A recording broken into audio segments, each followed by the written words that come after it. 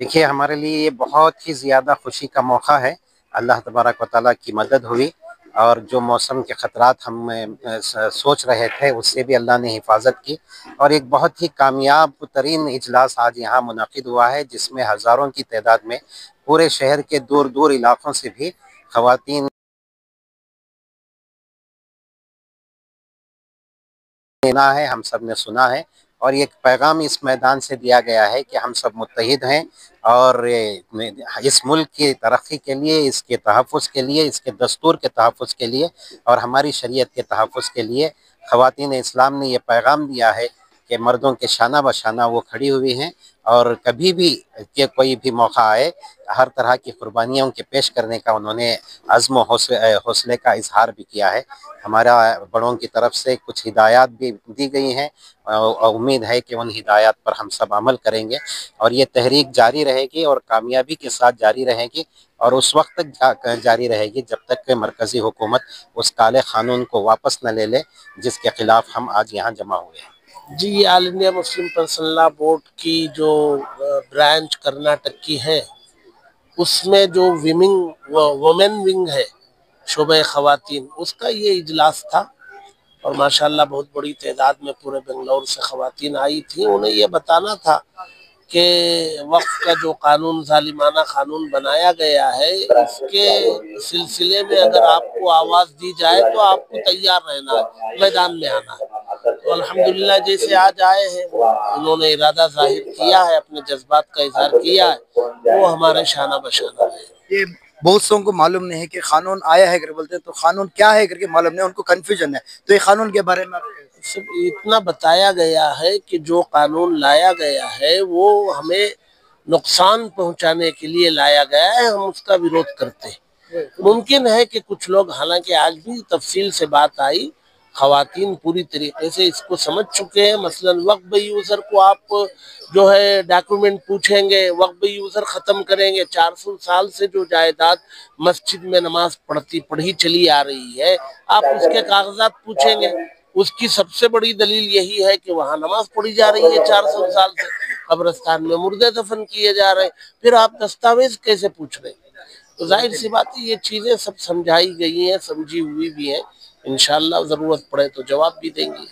माशाल्लाह आज का इजलास जो वक्त बचाओ तहरीक बचाओ इजलास आम बड़ा ख़ातीन का था, बड़ा उम्दा, बड़ा कामयाब रहा। माशाल्लाह आज का बहुत बेहतरीन रहा।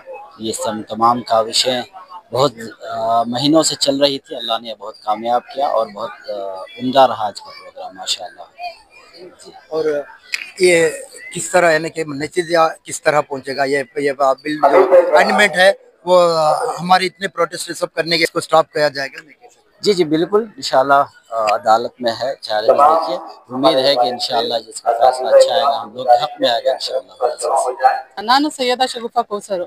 ವಕ್ಫ್ ಅಂದ್ರೆ ಏನು? ವಕ್ಫ್ ಅಂದ್ರೆ ದಾನ. ದಾನ ನಾವು ನಮ್ಮ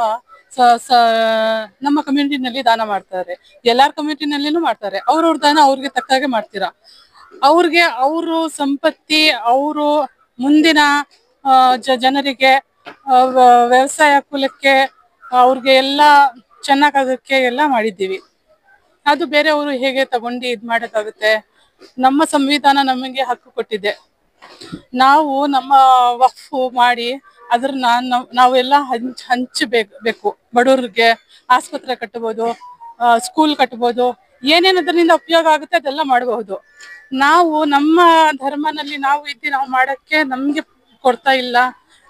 ವಕ್ಫ್ ಬಿಲ್ ಪಾಸ್ ಮಾಡ್ತಾ ಇದ್ದಾರೆ, ನಮಗೆ ಅದು ಇಷ್ಟ ಇಲ್ಲ. ನಾವು ಅಪೋಸ್ ಮಾಡ್ತೀವಿ वक्फ बिल पास ಮಾಡೋದಕ್ಕೆ. ನಾವು ಅದರಲ್ಲಿ ಇಲ್ಲ. ये जो हालात थी वो हालात तो आते रहती है। जब तक अब ये मुसलमानों के ऊपर जो हालात एक के पीछे एक जो आ रही हैं, ये अब से नहीं, पहले से भी ही जो अब जो है हालात जो हमारे खुद आदमियों से ये जो हालात आले को ही हर बार आते रहते हैं। अब ये क्या है बोले तो वोट के खिलाफ जो है, जो अब हमारा करने का मकसद भी ये था कि जो हुकूमत जो तहमत लगाकर जो हमारे ऊपर एक वक्फ बोर्ड के खिलाफ के अंदर जो काला बिल कानून लेकर आ रही, उसके खिलाफ ये जो मजमा जुड़ा हुआ था, ये सारे का सारा मजमा जो है इस बिल के खिलाफ है।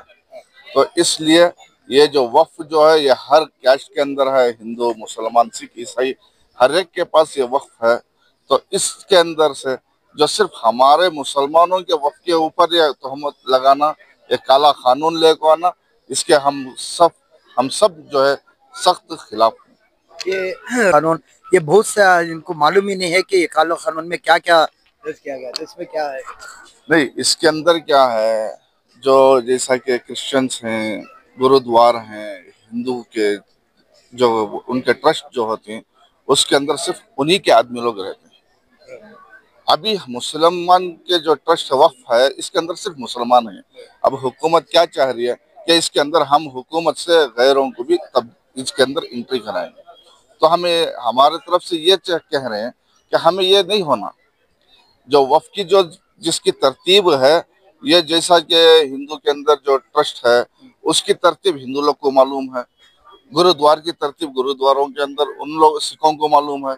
इसी तरह मुसलमानों के जो ट्रस्ट के कानूनात हैं, किस तरह से चलाना, किस तरह से लेना, किस तरह से जमाना, किस तरह से खर्च करना, ये जो है मुसलमानों को मालूम है, या सिर्फ मुसलमान करेंगे। हम ये चाह रहे कि हमारे ट्रस्ट के अंदर जो मुसलमान है सिर्फ मुसलमान रहे। हमें ये नहीं होना कि कोई दूसरा मजहब का इसके अंदर तब्दील हो, इसके अंदर एंट्री हो। तो इसलिए हमें और इसके अंदर कोई बदलाव नहीं होना।